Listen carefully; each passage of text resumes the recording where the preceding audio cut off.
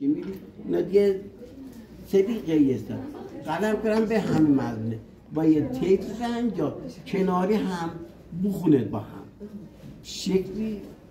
خوشگل بهش بده و ترتیبش اولویت داره، یعنی مثلا توی یه پارچه‌ای که 4 رنگ هست فرق میکنه که اول مشکی رو بزنید یا اول قرمز. تو رنگای گیاهی ما اول مشکی که ساختیم کارگری بعدی رنگی زادی سفید اجرا میکنه که ما میگیم دودسازی اصطلاحا قرمزش هم میساده بعد قرمزم تو رنگ گیاهی است که در پارچه اونو خشکش میکنه بعد رنگی پیشمنتمونه زردش هم میساده یا آبیشا بعد حالا میتونه دابه کنن یا اول آبیشا بساده بعد زردش تو تحصیل دیدیم یه لحظه نمیدونم دوستان توجه کردید که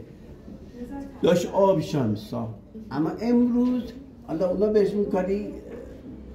چیزی تیاری حالا اصطلاحی من دوستان متعذر میشم سابقه برای ما دو رنگ هم ساختیم رنگ میرم چی فیکسه میشده میاد رود خونه خیلی سخت میخوردیم تا رنگ آبی زردش بسازیم اما تقریبا الان حدود 50 سال است که این رنگ پیشمنت که اومد تو بازار یه تا رنگ ها میسازیم راحت